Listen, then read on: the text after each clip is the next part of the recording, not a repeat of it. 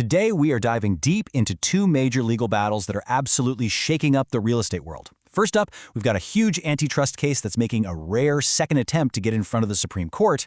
And then, we're heading to a Las Vegas courtroom for a showdown so intense that the police are actually asking a judge for protection. Yeah, it's a wild one. Let's get into it.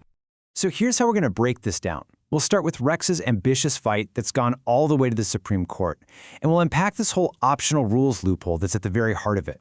After that, we'll pivot to that crazy legal standoff in Vegas, and finally, we'll look at what's coming next for both of these incredible stories. All right, let's kick things off with Rex. Now, Rex was a brokerage, but here's the thing. It's not even in business anymore. But get this, even though the company is gone, its 4-year-long antitrust lawsuit against industry giants NAR and Zillow is very, very much alive, and it has just landed right back on the steps of the Supreme Court.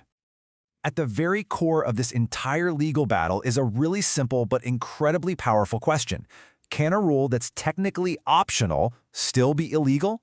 Rex is screaming yes, arguing that these so-called optional rules are just a sneaky way to crush competition. This is the multi-billion-dollar question they're pushing the Supreme Court to answer once and for all. Now, this is where the story takes a fascinating turn. The Supreme Court already looked at this case and said, nope, not interested. But Rex is absolutely not taking no for an answer. They've just filed something called a petition for rehearing, which, is a total legal long shot, but it's a super bold move to try and force the court to take a second look. And believe me, this has been a long, winding road. A lawsuit kicked off way back in 2021. Just this year, it's been a whirlwind. Rex lost a major appeal in March, they petitioned the Supreme Court in September, got shot down in October, and now they're back again with this new petition in November. It has been an absolute 4-year battle, and it is clearly not over yet. So you might be asking, what is the big deal here? Why is this so important? Well, to really get it, we need to dig into the core of Rex's argument. They're basically saying there's this massive, gaping loophole in antitrust law, and it has implications far beyond just real estate. You see, this whole thing comes down to antitrust law. And what is that? Well, put simply, these are the rules meant to ensure a level playing field, to stop the big fish from ganging up and boxing out the smaller competitors. Rex's whole case is that this is exactly what NAR and Zillow did to them.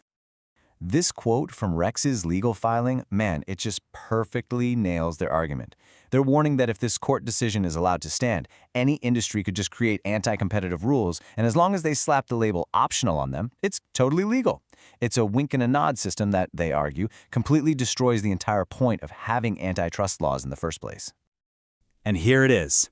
This is the ace of Rex's sleeve, and the main reason they believe the Supreme Court has to get involved. Right now, the country is literally split down the middle on this. You've got 3 federal circuits that say, yeah, optional rules can absolutely be illegal, while 3 others say, nope, if it's optional, it's fine.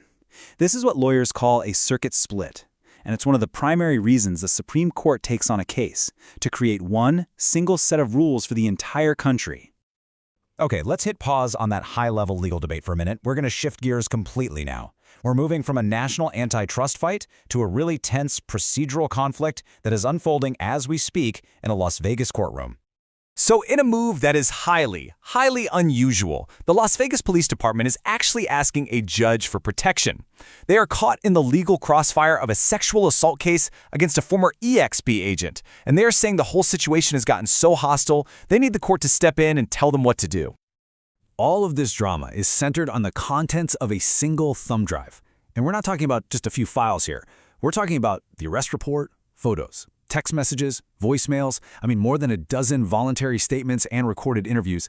This is the entire case file. It is the heart of the criminal investigation, and it is now at the center of this legal storm. So what on earth happened to make the police take such a drastic step? Well, it all went down during a deposition of the lead detective on the case.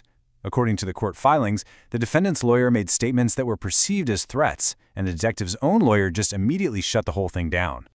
So here's how it all just completely unraveled. Picture this. The detective is in the hot seat, being questioned. The defendant's lawyer then allegedly brings up a misdemeanor from the detective's past. The detective's attorney immediately interprets this as a threat, and bam, the deposition is suspended, and now a judge has to get involved to sort out this mess.